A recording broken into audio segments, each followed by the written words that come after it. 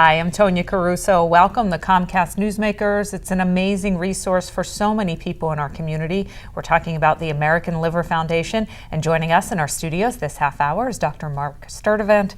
Thank you so much for coming in and talking with us today. Thanks for the invitation. So when we talk about liver disease, where are kind of the numbers today? How big of a problem is it in the United States?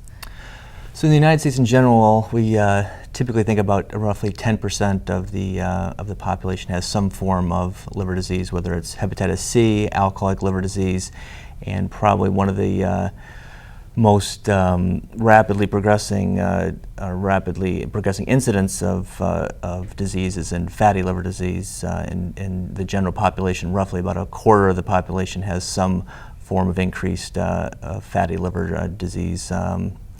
There's various degrees of that, but roughly about a quarter of the population. And for so long now, for so many families, it can be intimidating. You go to a doctor, you get a diagnosis, but the American Liver Foundation really helps in this issue.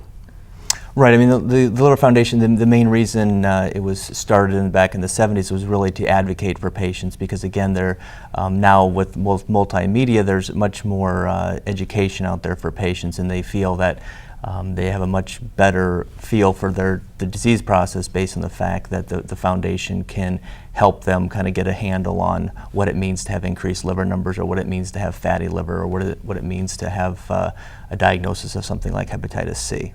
And so it's almost like a first phone call, a great resource after being with a doctor or getting a diagnosis. They kind of handle all things. Sure. I mean, it's the doctor, you may spend anywhere from 15 minutes to maybe, if you're lucky, an hour talking about your new diagnosis. The foundation has a website, has support groups, have webcasts that can really allow the patient to get continuing education in their disease, and it can, I think, give them a lot more what they feel like they have some control over their disease, and seeking out the top health care that they can get. Yeah, and when we talk about liver disease, is it always fatal? Is it curable? Can you just live with it and manage it?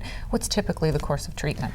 It's a pretty wide spectrum. I mean, like I said, reverting back to the fatty liver disease, the vast majority of those patients can be treated with modifications of if they have diabetes, or modifications of their lifestyle. So very few of them are actually life-threatening. But the foundation really helps patients with just a little bit of change in their liver function test, which is obviously almost never going to be fatal, all the way to patients who have end-stage liver disease who actually need liver transplants. The foundation is also very active in liver transplantation, which is obviously kind of the end result of long-term liver disease. And in the middle of all of this, the foundation is constantly working, raising money along with raising awareness, and there's a big event coming up. Right, the Liver Life Walk is in June, and like you said, the foundation really over the last couple of decades has raised well over $20 million for research, and the Liver Life Walk, really, it's a wide variety of people who come, patients' families. You can have, there'll be internationally known basic researchers there. The Steeler mascot was there last year, so you have a huge spectrum of people there. It's going to take place at the Pittsburgh Zoo, and obviously Sunday, June 5th? Sunday, June 5th, and I think it starts at 9 a.m. sharp. Registration's at 7:30. And like I said, it's more than just a walk. It's a big event. There's the walk, and then afterwards you can enjoy the zoo, and I believe there is also a concert afterwards as well. And as a physician, as a transplant surgeon, how key is the American Liver Foundation, do you think, in raising money for research and for your patients and that sort of thing? Right, they've always been great advocates, and I think they're very detailed in how they've gone about this, and it's really three things that they've worked on. Number one has been education of patients in the community. Number two has been they've been very helpful in optimizing clinical care.